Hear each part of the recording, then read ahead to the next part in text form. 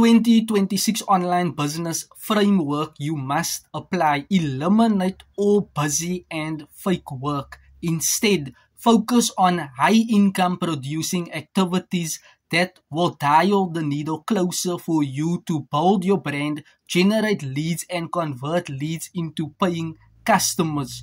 What do you have to do? Document live webinars on Facebook, YouTube, Instagram, TikTok. This way you are building your brand awareness. You can generate leads, convert leads into sales once you have set up a sales funnel. Number two, if you feel comfortable emailing or contacting, cold calling 50 companies or 20 companies each and every day, feel free to do so.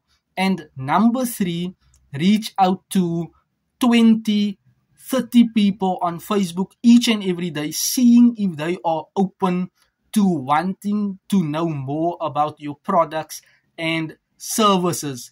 Those are income producing activities that you can apply to generate leads and to convert leads into sales. A bonus tip is, if you want to excel in your business, always focus on high income producing activities and practice that one thing each and every single day to become a master in that particular skill.